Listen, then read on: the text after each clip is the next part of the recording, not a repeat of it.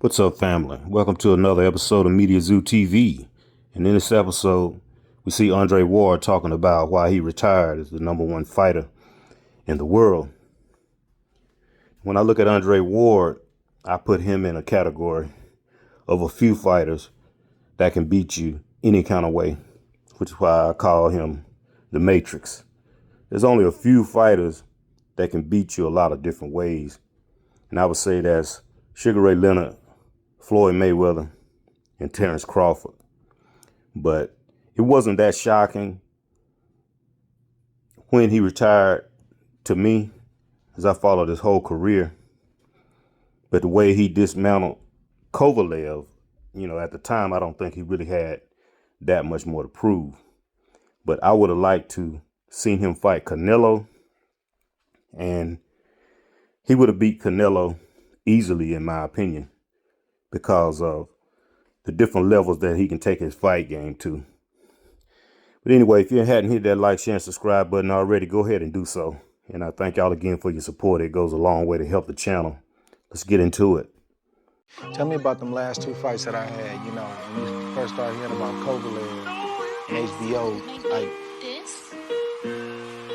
that's who they wanted me to fight.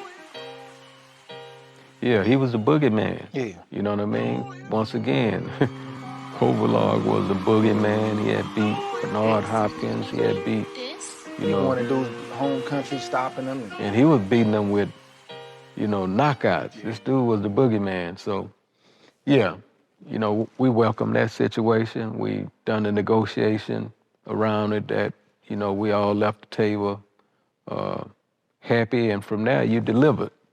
I mean, we did so good that, in the build up to the fight, Kathy Dude, I ain't never heard a promoter get mad at us for what we making. Yeah. Like, you need to give your fighter more. Or Yeah. figure that out over there. Hey, I can't believe they made this. Like, why you mad at what we making? Yeah. I never heard that before. Yeah, well, not publicly the way she done it. So she had to really be mad to blurt that out, amongst the public like that. But, all of us put our head together, and, that was your worth at the time. All the sacrifices that you had made prior to getting to them meant something. And, when we went to that table, it was only fair for them to compensate you. Man, that first fight, what you thinking when I go down in that second round? Whoa. It wasn't so much of how you went down. I was glad to see you get up. But, to see you go down like that, I didn't, it was kind of nerve-wracking. But when I saw you get up, like not wobbling all over the place, then I knew you knew how to adjust. Mm-hmm. Yeah. And then we get, we had it's always a fight, but we had to fight a little bit to get the money up for the second fight, which is normal in the sport. And, did you have any idea that might be my last fight? Nah. It wasn't even on your radar? No, not at all. I didn't, I was kind of shocked to hear that. I was shocked to hear that. And, when you told me that, you was, kind of confirmed it to me that, this was a high calling from up above. You know what I mean? Like the Spirit of God. And my thing was, what God is saying this to you? I think you said something like that when I called. Yeah. Like, what spirit? You sure you checked up, make sure it's the right spirit? Yeah. I think you said something like that. But you said, what God? Yeah. So, I understand though, for you to be taking that position like that, I had to come, to the reality and like, okay, he's serious. You know what I mean? It's the same spirit I've been asking him about his whole career. How your spirit, what it's saying to you. So ain't no need of like acting like it's a different spirit now that it's over.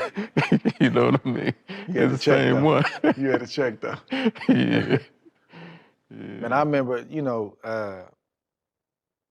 first of all, let me say this and I'm gonna get back to that. Like, coming back that second fight and closing it out like that and leaving no doubt. Like, what was that feeling for you? I felt like that was a win for us. Oh man, a big win for us. You know what I mean?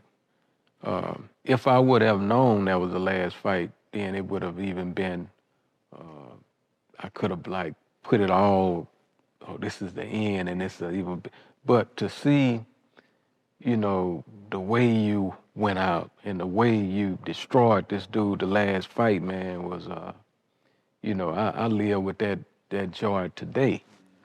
You know what I mean? I'm proud of that moment. I'm proud of our journey. And for you to put the stamp on it the way you put the stamp on it, to me, is just confirmation, man, of what, you know, the Creator had planned. Mm-hmm. Yeah. Man, I, you know, the day I called you, man, I ain't want to call you. I think you was one of the last ones I called. I said, boy, it's going to be tough. It's going to be tough. Because I knew it was left field, you know. Yeah. I knew it was left field, and I had been feeling it for the last couple of years, dealing with injuries and just, you know, this thing, the sport just start weighing on you because I really went about my craft a certain kind of way. Like, I didn't play with it, and that, you know, you make it look easy, but that sacrifice, Yeah. keeping your weight down, leaving your family, you on vacation, like, man, I can't eat that. I gotta, all of that for 20-some years, man, it start to add up. Yeah. And, you know, when I did make the call, you know, I could tell you were shocked, Yeah. but you shifted quickly, man, and you showed support. Yeah. And you showed support this last 7, 8 years. You know? Yeah. Not one time if you said, man, you gotta come back, you gotta figure this out. You said, man, whatever you wanna do, I'm gonna support you, man. Yeah. Yeah, because I understood, man, that it was a higher power talking to you. You know, when a man, like, our walk and our journey, you know, as Christians, man, we're tested. And when that much money is being offered and you know the possibilities of being able to make 25, 50 million or whatever, and you stand stern, you stand strong where your faith is concerned, that means something that much stronger than just lip service. You know what I mean? And that's the type of guy that you have been the whole journey. You know what I mean? You didn't just talk the talk, you walked the walk. And I was inspired by that, you know what I mean? I gained strength from that, you know, because that's real as it get. You know what I mean? A whole lot of people talk about it, you know, talk the talk, but when you walking the walk, more is caught than taught, man.